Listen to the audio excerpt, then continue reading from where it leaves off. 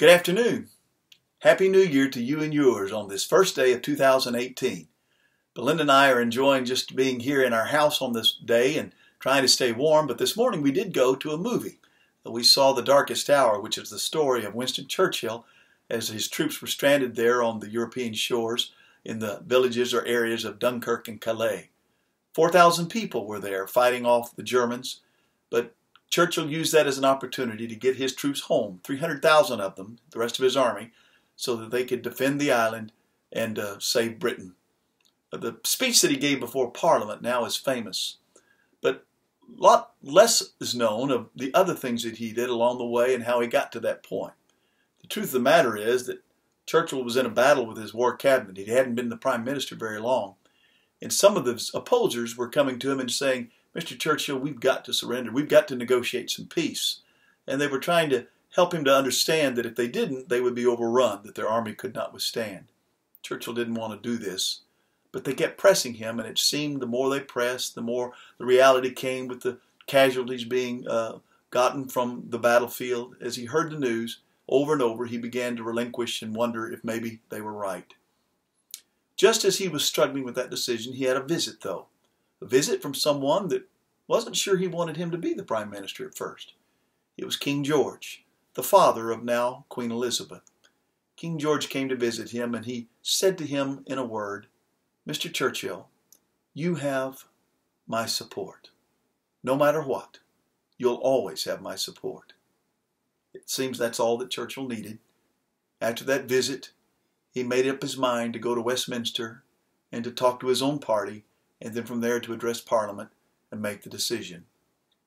One of the things he said was, "We will never surrender. Never, never, never." He also said this, "Success is not final. Failure is not fatal. It's the courage to carry on that counts." That didn't come lightly for him. He understood that in life there are going to be difficult days, but the courage to carry on, the spirit that he led with, was the spirit that rallied a nation and changed the course of history. It came to him after a visit from the King.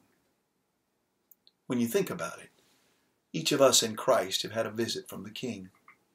Christ is our King, King Jesus, and He's offered us salvation. He's given it to us, and He now reigns in us. We serve that King, and He has our back. There's not anything that we can face in 2018 and beyond that He hasn't already faced. And He assures us that success may not be final on this earth, and failure certainly won't be fatal on this earth, but the courage to carry on will count. In Christ alone we have our strength. He is our source. Years before all of this, there was a bishop in England by the name of Hugh Latimer. He had a friend named Ridley. And as they were being burned at the stake for their decision to protest against the church and to separate and to move forward in their Reformation movement, as they were being burned at the stake for being heretics, this is what he said to Mr. Ridley. "Be of good cheer, Master Ridley, and play the man, for we shall this day light a fire in England that by God's grace will never be put out." I wonder, what will you do in 2018 that might light a fire in those around you?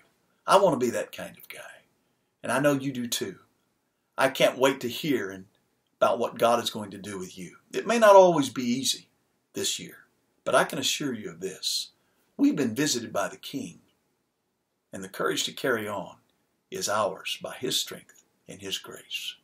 So God bless you in 2018 and beyond. I look forward to seeing and hearing about what God is going to do with each one of you. May God bless you. See you then.